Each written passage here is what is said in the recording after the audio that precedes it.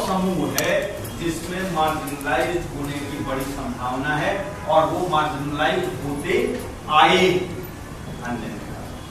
ये बात ठीक है ना? ऐसा सबने कहा होगा कल कि नहीं? नहीं तो बता दीजिए भैया। ये मार्जिनलाइज ग्रुप के रूप में इनकी पहचान की जाती है क्योंकि यह मुख्य धारा में मुख्य जगह पर उसके साथ उसकी गति के साथ कोप अप नहीं कर पाते, है ना? जिस तरह का तरीका हम अपनाते हैं, जो पढ़ने पढ़ाने का तरीका बनाते हैं, जो माहौल क्रिएट करते हैं, जिस तरह की संरचनाएं हम बनाते हैं, जिस तरह का तौर तरीका अपनाते हैं, जिस तरह का टीचर लर्निंग मटेरियल होता है, जिस तरह की पाठ्य पुस्तकें होती हैं, जिस तरह की तमाम चीजें होती हैं, उसमें ये कोप अप नहीं करते या उनके अनुकूल नहीं होता। तो पहले क्या होता था? पहले सारा दोष इन पर पढ़ दिया जाता, बेचारा चैलेंज है, ईश्वर न करे ऐसा हो जाए। तो ये क्या हो जाते थे? ये सहानुभूति के पात्र हो जाते और मान लिया जाता था कि अब भगवान ने इनको ऐसा बनाया है तो ये पिछड़े रहेंगे ही ना। इसमें टीचर क्या कर सकते? ईश्वर से प्रार्थना किया जाए कि अगले जन्म में वो जो है समर्थ शरीर वाले एबल बॉडी वाले व्यक्ति बने, नहीं? लेकिन अब दुनिया बदल चुकी। लोगों ने ये कहा कि दोष उसमें नहीं है। ऐसा नहीं कि उसको नहीं पढ़ाया जा सकता, दोष कहीं हमारी पूरी प्रक्रिया, पढ़ने पढ़ाने के तौर तरीके, जो पढ़ने पढ़ाने के संसाधन हैं, उसमें कहीं न कहीं कुछ दोष है जिसको सुधार कर हम इन बच्चों को जो मार्जिनलाइज्ड हैं उनको मुख्य धारा में लाने की कोशिश कर सकते हैं और जिसका अच्छा परिणाम मिल सकता है कि नहीं? बताइए ना। नहीं तो नहीं, वो तो जिम्मेवारी उनकी जाएगी, मेरे पास की जिम्मेवारी है ना। मजाक कर।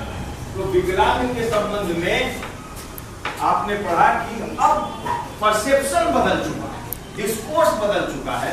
अब उनमें यह नहीं माना जाता चूंकि यह नाकाबिल हैं,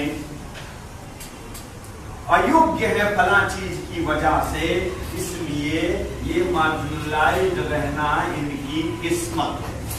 यह नियतिवाद, यह डिटरमिनिज्म, यह निर्धारणवाद अब चुनौती में आ गया। मैं आप लोगों तक अपनी बात पहुंचा पा रहा हूं कि नहीं पहुंचा पा रहा? यह एक समय था, आज के 40-50 साल पहले अपने बुजुर्गों से बात करें तो आपको परसेप्शन आएगा कि क्या करें, ये दृष्टिबाधित है, कितना दूर तक पढ़ेंगे, इनकी नियति है ना। लोग कहेंगे ये ऑटोमेटिकली चैलेंज है, कैसे जाता स्कूल, ये जाता वो जाता, अब कौन इनको ऊपर चढ़ाता, बिल्डिंगें ऊपर नीचे हैं और ये इतनी तरह की दिक्कतें हैं, थोड़ी देर में ही थकान हो जाती है, ऑस्टियोपोरोसिस का है, थकान और डिप्रेशन इसके बीमारी में ही निहित है, तो कैसे पड़ता है इसको? तो यानी कि पिछड़े रहने को सहज मान लेना, उसको सहज मान लेना। जब कोई चीज को आप सहज मान लेंगे, नैसर्गिक मान लेंगे, प्राकृतिक मान लेंगे, तो उसको स्वीकार कर। और जब मानेंगे कि नहीं ये सहज नहीं है, तब उसका उपाय। इसलिए बाद में तमाम लोगों को जो इस तरह से चैलेंज व्यक्ति थे, डिफरेंटली, आजकल नए तरह के फ्रेज हैं, कोई कहता है डिफरेंटली एबल्ड, कोई कहता है चैलेंज, कोई कहता है स्पेशल नीड्स, अलग अलग लोग अलग अलग नाम देते हैं, आप जिस भी नाम से पहचाने। लेकिन विमर्श बदला, दृष्टिकोण बदला, परिप्रेक्ष्य बदला और दोष केवल इनमें नहीं माना जाने लगा, माना जाने लगा कि कहीं न कहीं और ढूंढने की जरूरत है और ये इस रूप से हास्यास्पद रहना इनकी नियति नहीं है, यह सहज नहीं है, यह स्वाभाविक नहीं है। पढ़ने पढ़ाने ये भी पढ़ने लायक है, यह भी शिक्षणीय है, ये भी एडुकेबल है। और हम अगर अपनी व्यवस्थाओं पर बात सोचेंगे और सुधार करेंगे तो ये इतने पिछड़े नहीं रह जाएंगे जितना इतिहास से पिछड़े रहते आए हैं। क्यों? सही अप्रोच है कि नहीं है? विमर्श बदला, दृष्टिकोण बदला, और दृष्टिकोण बदलने की वजह से अब बाद में जब ब्रेल लिपि का, ब्रेल साहब ने, लुई ब्रेल ने जब ब्रेल लिपि का आविष्कार किया और उसमें किताबें उपलब्ध, पहले क्या माना जाता है, कैसे पढ़ेंगे भाई? अक्षर तो दिखने का काम करता है, जिसको अक्षर दिखेगा वही तो पढ़ पाए। नेचुरली बेचारे नहीं पढ़ पाए, कैसे पढ़े? ये सहज मान लेते थे।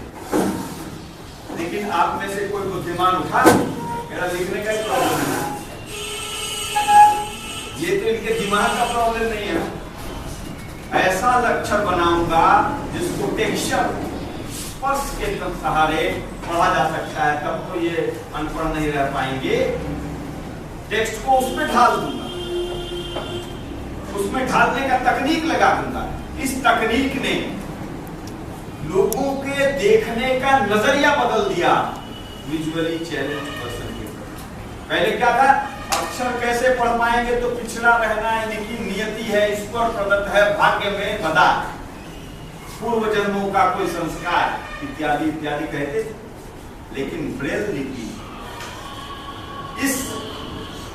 इस परसेप्शन को दरका दिया, इस परसेप्शन को तोड़ दिया, इस बुलडोजर से उसको ढा दिया कि नहीं, ये सोचना नहीं, कमी उनमें नहीं है। पहले कमी उनमें माना जाता था, लेकिन मान लिया गया कि अब कमी उनमें नहीं है।